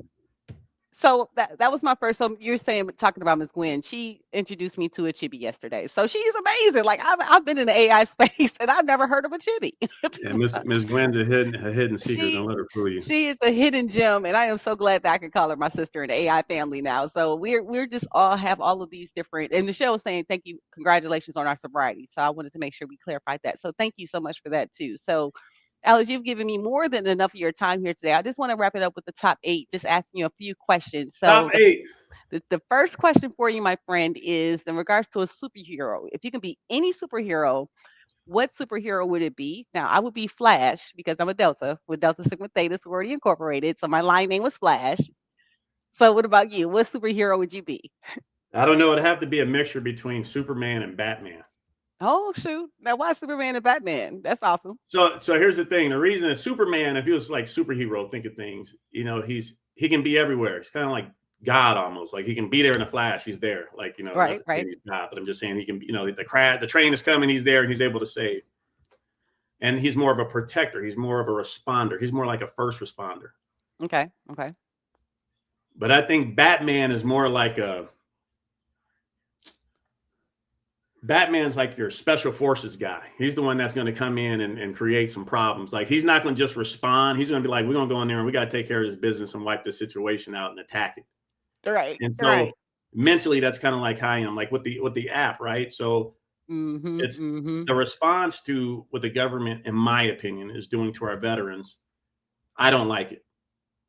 It makes no sense. We have 26 million veterans in America and only like 1 million are 100% service connected. I don't think that math is right. Right, right. Especially knowing how many people have been deployed and been overseas. It just makes no sense to me. But going through what I've gone through as a double veteran, I was in the Navy and in the Army. And so I was a Navy Seabee during 9/11. So I was in a combat unit, never stepped foot on a ship. I mean, I've never been on an American ship ever, and I was in the Navy. But Okay. um, then in the Army, I was a 95 Mike, which is mortuary affairs. Mm-hmm. And I was a reservist, but it was an easy job. They were paying like a lot of money because they were having problems recruiting people. But fortunately, I had a career that put me around a lot of devastation. So I was like, that's it. I can do paperwork all day. I mean, I get it's kind of mentally like different for some people, but for me, it was kind of like, it is what it is, right? But I also felt it was a way for me to be able to also give back to the fallen into those families and make sure their veteran stuff were connected, because I knew about that stuff. Make sure these guys, their kids had something, even if it's Chapter 35 benefits, to make sure that guy, his family can get what they can get. And that's was always been vital to me. And so that's kind of why. And like Ms. Vicky said, we don't help our veterans for all that they do for us, which is so true. Like it's not even where I thank you I thank veterans so much for the service, because again, I don't raise my hand to do the things that you guys have sacrificed. And you said you were in the which branches were you in? I was a Navy Seabee, which is a naval mobile. It's a Navy mobile construction battalion. It's one of the few combat units in the Navy. Mm-hmm. So we wore like cami greens. It was assigned to what they call a MEF, which is a Marine Infantry Force. So our jobs was completely different. Like I only wore my sailor outfit one time, and that was like during graduation at the time. Right. Like it sat in my tea bag the entire time. And then I got into once I got started my law enforcement career and I got out of military active duty, then I went in as a reservist in the Army, where I retired in 2019. Thank you so much again. I'm going to say it probably about 30 more times before we end, but that's okay. That's what I do. So our next question for you is, I want you to share with us, what is your why? What drives you to be the best version of yourself on a daily? So I'm going to give you a sec. What drives you to be not the best version of myself? Let me tell you. The best. Just the best. There is no best version of yourself. When you said you're not a perfect human, listen, I don't even think I'm good. I know. I'll be right back too. Go ahead. I'm just a regular, average guy. But what gives me my why is my passion to help others and to make sure those individuals are being able to be successful and being able to be someone of an influence and help those individuals who want to help themselves better themselves. That's really my why. Hope that works. So Miss Adrian, take a pause on us. I don't know. See, I take it where she's going. But I want to thank all y'all. Miss Vicky, I don't even know who's on this thing, but I've seen your name pop up. But I want to thank you all. Miss Emma, Vicky, who else was on there? Talia. Can't remember everybody's name. Okay. You missed the answer. Now you got to play it back. Now I got to hear it all over again, because I had to go get the charger. I was like, who does this on a computer going to die on a live podcast? Mine. But now you got to give it to me again. I'm sorry. Okay. So in short, my why is really, it's kind of selfish. It's to really see other individuals make it, improve themselves, who want to improve themselves. And I know a lot of people want to improve themselves in general. And it doesn't necessarily mean like monetarily, but just literally like getting out the ghetto. Like that's a hard thing. Like my family is still stuck in some of that. And just to get out of that arena is a struggle in itself. Now you start coupling alcohol or addiction or other issues or educational issues, it even becomes harder to get out of that. So one thing about me that is my why is what I believe God has put me here is to serve my purpose, is to really just help people. I don't know to this day what the median would be for me to do that. I do believe one of them is to speak to the world, because I talk too much, but I do speak. I've been blessed to speak around a lot of places and been around a lot of influential individuals. So I think I'm in the right direction. But I don't know if that's me doing podcasting. I don't know if that's me. Some people think I'm gonna be a preacher, and I don't think I'm ready. God ain't called me. I'm telling you already. He ain't called you home yet. Yeah, he ain't called me. But so I don't know. So, but I know that I know my job somewhere is to influence, because that's what I'm all about, and it's just being influential and having an impact, because influence is very vital. Yes. Influence, you got to remember, suicide is an issue because of influence. You can create, your brain can make you think something and your body will believe it. That's how powerful your brain is, right? And it could even convince you that living isn't even worth it anymore. And your body goes, yeah, I agree with that. I don't think we should. Mm-hmm. And that's where the influence has to come in, where we have to have that value and find that there is an alternative and why. And so some people struggle with that because they have no vision. No one has given them an ability to close their eyes and relook at something. And so that's kind of one of the things that I do. And that's really my passion for it. And then too, we have to talk about perspective too, because I can see the same thing, but I can see a total different picture based on the journey that I've been through versus what you've been through. So, my perspective, the key thing I wanted to bring that up is because of listening. In this whole journey, we always think that our way is the right way, but sometimes it might not be but if you just be quiet for a second, just a moment, and just listen to what maybe another way, it could be us getting there faster, and that's even like with the AI and everything else. So I mean, we can be here in regards to that. So thank you for that. I appreciate that. That little intermission because that's what that was. So tell me this, my friend: if you could eat one food you can eat every day, all day, what food would that be It's gonna and be a why? steak. It's gonna be a Steak? steak all day long. Now, Every day, what all kind of day steak long. I though? can You eat. got I T-bone, eat you meat got like I don't porterhouse, know. you got Hey, I read that book, Food for Your Blood Type. And it says uh-huh, mine is steak. So there you steak. go. It's the red In meat fact, I steak. just had carne asada taco for lunch. Like that's serious. That's hilarious. Okay, that's mine is watermelon. So I still like the watermelon. I'm about to make some watermelon juice when we get Oh done. yeah, I That's real won't do talk. that. So That's I don't support the stigma. no, I mean it's the good fruit. Like it's nothing. It's delicious. Like it's nothing more than. Just don't add. You're not allowed to put chicken with it though.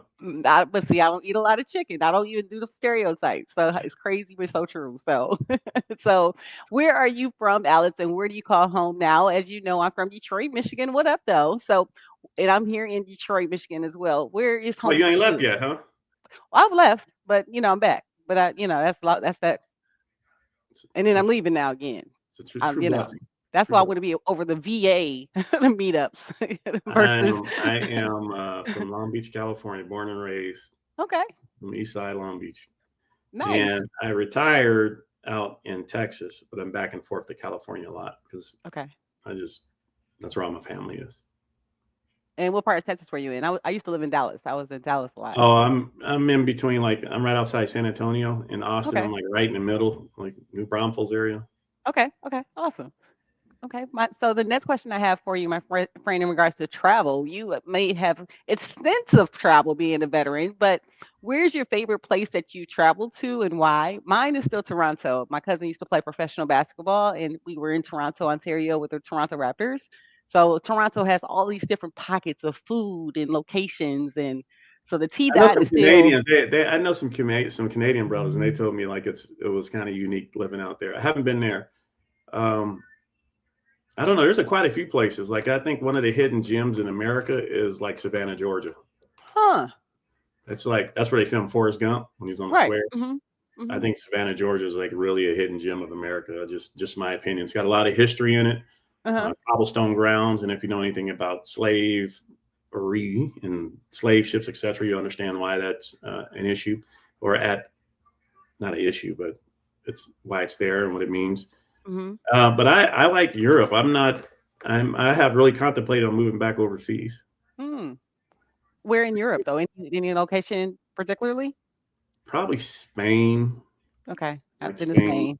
Spain. It's America's a great country. I mean, don't get it confused. But there are a lot of other countries that got a lot of things going on too that are pretty cool too. I mean, Yeah. some of the rules here, the freedoms I get. I mean, I think that's argumentative to culture too. Mhm. Um, but I don't know. There's other. It wouldn't shock me if I wasn't living in another country in the near future. It wouldn't Me shock Ms. Vicky said that you need a PR person, so to get your story out. So that's me. She always um telling me I need something, but she ain't. and Talia's cooking some pasta right now, so she's engaging with us cooking pasta. So we appreciate her. But Leah's yes, everywhere. she is always. And Ms. Vicky said Savannah is It awesome. I is. haven't I'm been to telling you, Savannah Savannah's man. If you've never been to Savannah, you gotta check it out. I've been, but it's been years ago, seriously. So it's been a while. But because I have family all in Georgia. So that's definitely one of the I know I've been. But I was headquartered in Georgia.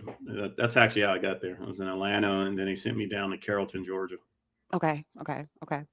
So tell me this, what one book or movie changed your mindset? For book, I have to go with the Bible. I'm reading the Bible right now. I'm in the New Testament. I'm in Matthew. It's huge. It's right there in our it's really a guide for your life. But the movie, I would have to say Sinners. So Sinners with Michael B. Jordan. So that's the book and movie that changed for the mindset for myself. What about you? What book or movie changed your I don't mindset? think it's really a movie for me. Hmm. One thing that I do like that I found to be a little bit more realistic, since you mentioned the Bible, that I've really watched is what's the name of the damn? Now you made me draw a blank. It's the movie about Christ. It's the new. It's on cable. All of a sudden I drew a blank. Not the Chosen. The Chosen. Chosen. Yes, that's I awesome. love The Chosen, and Yes. I don't know if you got to watch the like behind the scenes with him. Like Hmm. they like follow him around, like as an actor, like when he was going to like different events, Okay. and his perspective on people who think he's Jesus, Mm. like in reality. Uh-huh. There's a, you got to watch it. There's a part. It's not the show, but it's strictly about him, and it's on. I think it's on Netflix. Okay. Um, and they follow Jonathan around, the actual actor, Hmm. and they show how he interacts and people interact with him, and they relate him to Jesus Christ. Then he also talks about how because of his image in Hollywood of being this saint, right? Mhm. How it's also impacting him as an actor Hmm. because he plays this godly role, right? So really interesting. But I think The Chosen is a really good depiction of modernly to understand the Bible and how it was back in the day. That's just my opinion, and I think it's very um, realistic to make you think about things. It's so Yeah. crazy. I don't really watch movies and all that kind of stuff, but I watched it last year. So like towards the end of the year, I watched the whole series, like each That's amazing. season. It is. And that was before God told me to read the Bible. So I read I saw the movie. I'm so glad it happened because now that it made me want to read the Bible because it's never something I wanted to do. But I read the book, like the AA, the big book. So that was the next one in line. So I've been reading it. It's taking I Oh only do yeah, 30 minutes I a got mine day. sitting But around that here. What's over there? oh so yep. So we were about to wrap up. I know it was like, dang, time is just always great when you're having fun, right? So tell me this, like if you could describe your brand in one word, I think I already know what it is. What would that one word be? My word would be resilience. What would your one word be? Transformational. Ooh, transformational. I thought you were gonna say acceptance. Yeah, that's how you came in. Transformational. Yeah. I like it. Why transformational? I think acceptance is a component of it. You can't have transformation without acceptance. You got to accept where Mm, you're at, right? You can't expect to have greater wealth if you don't accept you don't have wealth. okay. That's true. So transformational is just really what I'm all about. Changing the minds, changing your issues in life and how you see life in your whole scenario. I mean, I have a summit coming up this summer, and I'm Mm-hmm. working with a lot of my inner city folks from my neighborhood, and it's strictly built for them. Okay. And it's all about transformation. And some of the people that I have coming are individuals who've been in prison, who own Mm-hmm. businesses, people who have gone through addiction and like through the BS and who were like, man, I got this life. And the premise behind it is really to get these people all together to influence others Mm-hmm. who are in these situations, especially the inner city folks who struggle because they either have a felony and they can't do a certain job. But that doesn't mean you can't do a career on your own. Doesn't mean you can't create a Right. business. And a lot of people don't understand business. So how do you create a business? How do you do business formation? When you talk about taxes, tax strategy versus tax Mm-hmm. planning. So these are all things that I have backgrounds in because I've always had a goal never to be poor. Mm-hmm. And I'm blessed because I'm not poor anymore. But I want to be on a different level in life. So that's where I want to be. But as I transition through those lives, I do believe in that in my opinion, that you have a duty to at least help others in that. Now, I don't think it's a mandate that you have to, but I do believe that it's a duty to at least influence and give an opportunity to just share and say, hey, there's an opportunity for you if you do something. But again, people have to accept things so they can That's move right. further along in their life. Because there's people in the neighborhood who won't move. I'm telling you that right now. There's people live in the same apartment that I know for 40 years. I'm like, you could have bought that. Right. Right. But it's a But mindset. change is hard for people, and that's the one, that's a reality. Like, wanting to keep things how it used to be. Like, I hate going to people's house and we talking about the good old days. Like, I mean, it's cool for like good 5, maybe 10 minutes, but I mean, let's talk about where we're going. Like, and that's why I'm so excited about our new tribe in our community, because if we Right. have forward thinkers, and it's not common in regards to just having your own personal circle. So, which brings me to the next question, my friend, which will actually wrap it up for us. One piece of advice, Alex, that you would give your younger self, what piece of advice would you give? For myself, it would be to love myself, because for so long, this energetic, outgoing, even my best friend told me I may have adult ADHD, which might be a reality, which is okay, because now, how when I got diagnosed as an alcoholic, what that allowed me to do is to open up my eyes to see what I needed to do to make changes. So it's the same thing. It's just like you're in this training camp to be the best version of yourself. So loving myself within it all, and just taking it one day at a time, that's my thing. So what about you? What would you tell a younger version of yourself if you can go back in the past? Well, that's hard for me because I was a teenage dad. Mm. I probably wasn't smart. uh, there's a lot of things I always got to tell myself. I'd be here all day. But I think in short, if I had to just sum it up, no matter what, I think you have to believe in yourself no matter what. I mean, you Mhm. have to believe in yourself, and whatever that means. If that means you want to improve your financial ability, if you want to just move out of the ghetto and just move into the better neighborhood, Mhm. to believe in yourself, to know that that's possible and that you can do it. But like anything, it's going to take a little bit of work. Nothing, like Robin Harris said, a job ain't gonna come knock on the door. Who is a job? It doesn't work that way. But it's I would say you have to believe in yourself. And I think especially in the inner city, we have a lot of people who lack belief. And they Mhm. lack belief because there's nothing around them that is believable. Mm. When you are coming from an area that's saturated with guns, dope, etc., Mhm. how do you believe you could actually move so far away from that or be so much greater than that when no one around you or in your immediate family or your connect or in your local nexus per se is in that situation? How do you Right. believe that? Mm. So it's like believing you can be a great cook, but no one ever showed you how to turn the oven on. That's like my this billionaire journey. I'm on day 660 of the billionaire journey, but I remember telling one of my aunts that I was on this billionaire journey, and she told me, she was like, "Why do you want to be on a billionaire journey?" I was like, "Why wouldn't you want to be on a billionaire journey?" Like, just in regards to the mindset. So, but you can. And so even the aftermath of it, like, won't be able to accomplish that. I said, "How do you know?" Like, if you don't, if you don't try to achieve something, you don't know what you can actually achieve. Like, if you don't go for it, how do you know you're not going to achieve it? So when I received that feedback from an elder that I respected, I loved, I looked up to, you just kind of take a step back and just realize people are people. Everyone is not going to be on the same journey as you, and you love them for who they are. So it's one of those things. Michelle, you said you have medicated ADHD. We probably need to connect because it's probably something that I have going. So, but I but do my believe I do believe you said is true, and I'll give you an example. mhm, Personally, my mom was in her late 70s, and she graduated in high school. I think she was 1966, 67. mhm, mhm, And the reason why I say this is this: there's knowledge that my mom tries to share with me, and then in my mind, I'm like, that makes no sense. right, right, But then I have to remember her knowledge, educational wise, stopped in 1966, mhm, yeah, 67, right? So my mom wasn't a progressive educator. She wasn't like, let me mhm, continue on. So like for me, going from like dyslexia to learning how to, having all these tutors and having it, it took me 10 years to get my bachelor's degree. Like my education was like way harder than a lot of people. But I get mhm, there's people who have it harder than me to be able to advance myself to where I'm at. So it's relative when you're getting like in the Bible when it talks about seeking counsel.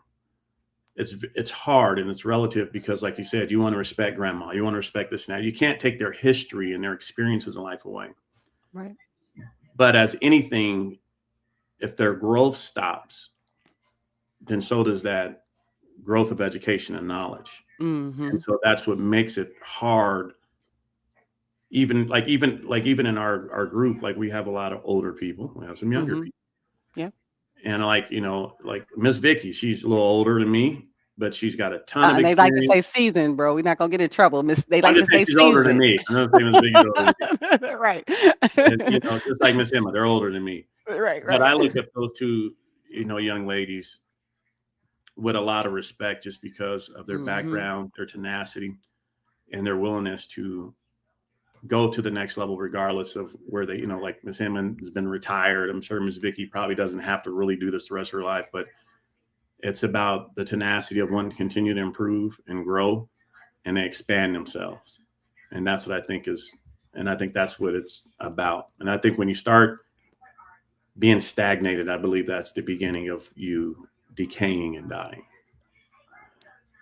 My friend, I honestly want to take a moment just to thank you for the work that you're doing, not only now, but to everything that you said yes to taking 10 years of to get your education, to following the plan that God had for you to bring you here so that we can connect to even have your vision go even further. Because like you said, there's nothing by mistake. Everything is by design. But everything that you've done for veterans, I applaud you. I thank you because so many veterans, my uncle passed away. He was a veteran. Like my brother was a veteran. Like, so people need these different tools, but they don't have these resources. So hopefully someone, if they're not watching live, does land on this actual replay and maybe wants to reach out. So if you have anything to say to a veteran that might be on the fence about maybe the app building idea or even about going for their mental health or their visions, anything you want to leave people with, I want to give you an opportunity to do that. But I just know that I truly appreciate your time and we're just getting started. Oh, it's all good. I know. I told you I could talk a lot, and I see your clock's going on, and I apologize for the few Oh minutes. no, look, it's But not me. I had to go get the charger. We're good. the only Miss thing Vicky that I said we're really, seasoned. I told him, Miss Vicky, they're seasoned. oh They're yeah, not right, I know, right. So yeah. really, the only thing that I can say to a veteran would be the same as anyone, even my first responder groups of people, my addict group of people that I deal with, and the thing is, you just have to be willing to change. Mm, But the reality is you have to always accept the truth, right? Like right. there's some people who just like to get high. There are some people who just like to drink. Hmm. There's some people who they like the lifestyle of being out on the street. That's just their thing, good, Right. bad, or indifferent. But for those who are like, I'm tired of that and I want to try to advance somewhat, somehow. And when I say advance, I'm not talking about a big drastic change in life. I'm literally talking about like, how can I get a better place to live? Like, how Right. can I get situated in an educational program? Like, even junior college, they have educational opportunity programs. I mean, there's things you can do. I was part of that EOP, and Hmm. that's for us folks who didn't really qualify for college, but they let us come in, and you had to take off. That's when I'm one of them students. But the reality is that's okay, except where you were at, right? Right. Like Right. when I took the English thing, and they were like, "Yeah, you barely can," I didn't do well. I mean, I got on a waiver on the ASVAB test in the military. I didn't even qualify for a job, Mm.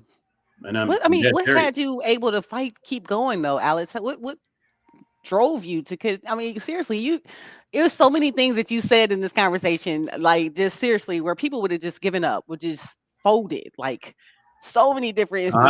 I don't know. Like, That's God. I don't have the defeatist mindset. okay, That's just naturally not in me. I mean, I'd probably lose my life fighting over something before I just be like, I'm over it, and I'm not I going to do love it. it. So it's just no different than the AI stuff. I have absolutely no clue about this stuff. But like when I used to put out messages and say, I've been doing this for 15 straight hours or 50 days, like I'm not playing. Like I sat here and literally can do this all day long because in my mind, I'm like, I know I can get this. Because if Hmm. everyone else is doing it, then that means it's possible. That's Like it. becoming a millionaire is not impossible because there's just Right. too many millionaires, It's just too many of them. Right. right? So that means there has to be a way of doing it. So that lets you know that there's a process. Now, there are some people who are luckily blessed and they're connected because they may have more financial background and they can bypass some processes or Hmm. get a little more access to things. But that doesn't mean you cannot do it. The only thing that you cannot do is whatever you tell yourself you can't do. Because either way you believe, if you can or can't do, you're correct. You're right.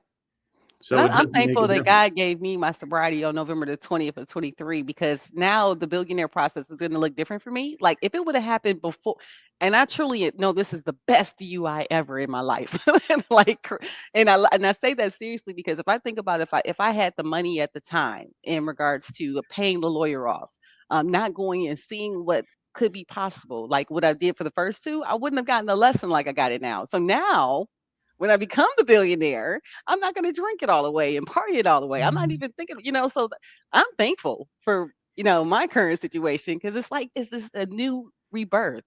So do you have like a That's day for that's, you? Because mine that's is my valid. sobriety day.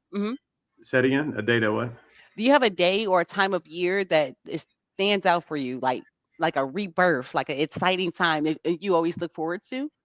Now, not You one. Every not day, one every day? every day is the same day to me. The only thing I celebrate is my birthday because I've never met Abraham Lincoln. I ain't related to him or George Washington, all these other cats. So Uh-huh. if we could celebrate their birthday, I felt it was a duty to celebrate my birthday. And I remember at the age of 14 years old, and my mother told me she couldn't buy me a birthday cake, and I bought my own because I was like selling newspapers back in the day for Press Telegram. Uh-huh. Uh-huh. I have ever since then celebrated my own birthday. That When just, I is your mean, I, birthday? December 14th.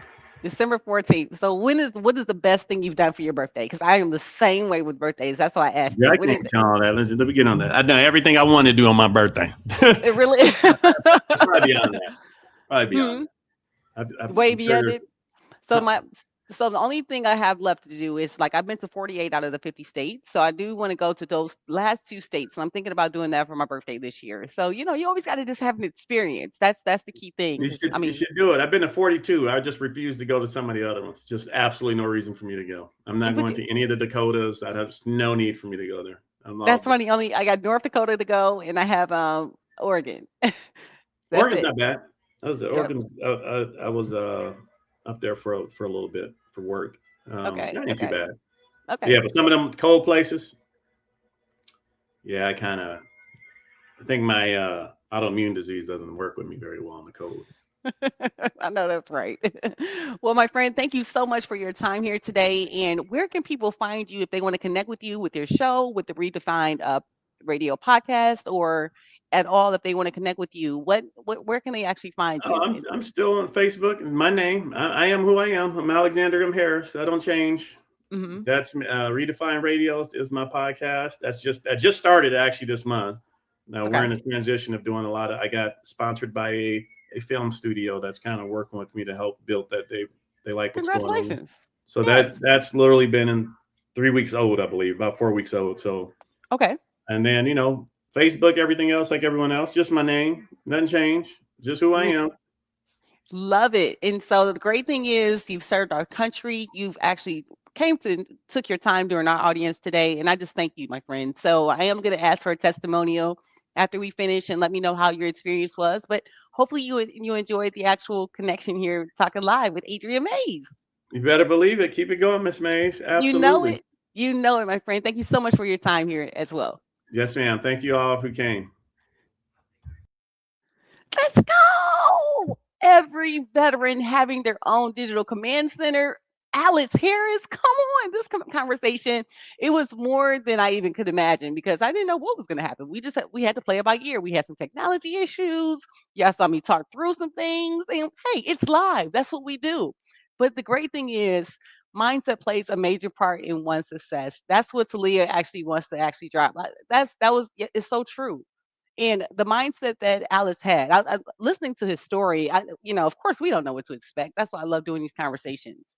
But in listening to his story, the few things that stood out, like in regards to acceptance, transformation, those are power words. Those are words that, when you actually want to build an app or have a vision or have an idea and trying to be the best version of yourself, it's there's no direct way to get anywhere. There's more than one way to skin a cat, as the old saying says. So the key thing is when you're growing, building, if you're doing an app, even if you have an idea, if you're trying to build legacy, as that's what we do, we build AI powered stories and take this technology with AI and transform them into legacy. One day at a time, though.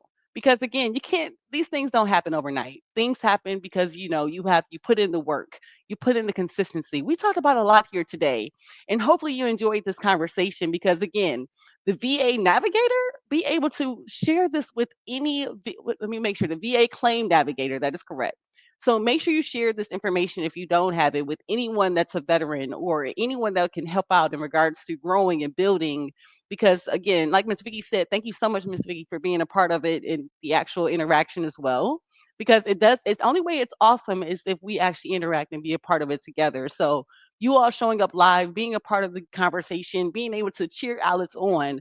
The VA claim navigator is just the beginning. And I'm just so thankful that he said yes to the conversation. So please share the information with your networks. Let other people know what's out here. Help other people make things happen and change. And that's the reason for AI Legacy App Talk Live. It's not just, distribution is how we get our apps out there with having the idea and not knowing about it and being able to have a solution. But when you have that solution, what I realized, you're wrong if you have a solution to a pain point and you're not screaming from the mountaintops trying to help more people to not go through the same things that you went through. Yes, life hurt. It's hard. It's not going to be like you may want it to be.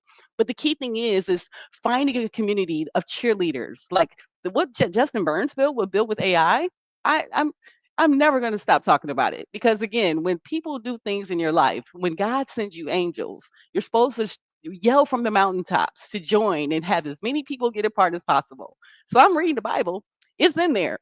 Do the work though. It's nothing that's going to be given for you. So hopefully you all enjoyed this conversation today because I truly did. And I'm so enjoying doing this series with you in regards to just bringing on different leaders, talking about app building, talking about the AI process, and talking about being the best version of yourself in regards to just being you.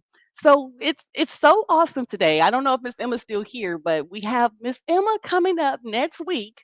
Emma Jones Blackshire. She was the co-winner with Alex during that February 7th competition. So they both won. So our next episode, March 17th, 2026 at 4 p.m. Eastern Standard Time. We're going to have Miss Emma Jones Blackshire. We're going to come on talking about this amazing app. You guys do not want to miss this one. It's it's mind blowing. This app is it's something that's needed. It's just, you just can't wait. March 24th, we have Shallon.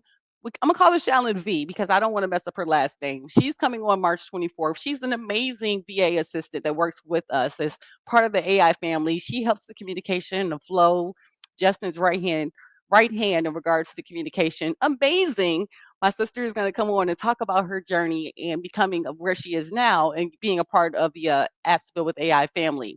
On April the 7th, you see, I got a one too. I have mother-daughter pair, Specity Boone and Jemiah Boone. They're coming on live. They're going to talk about the apps and the website built with Lovable and Vibe Coding and just their experience and growing them together in regards to being entrepreneurs in this space.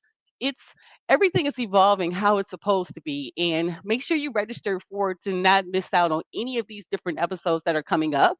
And how you would actually register is cccelevate.com/live, and make sure you just grab that registration, be a part of the family as we're having this conversation keep going, as the whole purpose was to help out with distribution. Unika and I, we built the app. We was like, oh my gosh, I know this can change the world. But as God has it laid out, the AI legacy blueprint master calculator, oh, it's coming.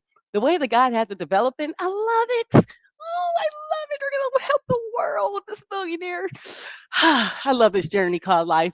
And you gotta love it. You gotta enjoy it. You gotta take the ups, the downs, the lefts, the rights, the family, the rebuilding, but the mindset and just enjoying the journey that God has you on. My friends, this is what it looks like. Happiness and joy help one day at a time with God, just taking the different ways of how the steps in building it to get there. So, my friends, thank you so much for showing up live. Give yourselves a hand as well, just being a part of the conversation. Join me every Tuesday, live 4 p.m. Eastern Standard Time at Adrian Mays on YouTube, Facebook, LinkedIn, Instagram. Let's go. Let's build. Let's help each other with the conversation. Help get each other's ideas and legacy out there. Because hey, if I could do anything, impact one person, God says, job well done. So I can, I will, I am victorious. What up, though? Drop in the comments if you enjoyed this episode. Deuces. Thank you so much, my friends.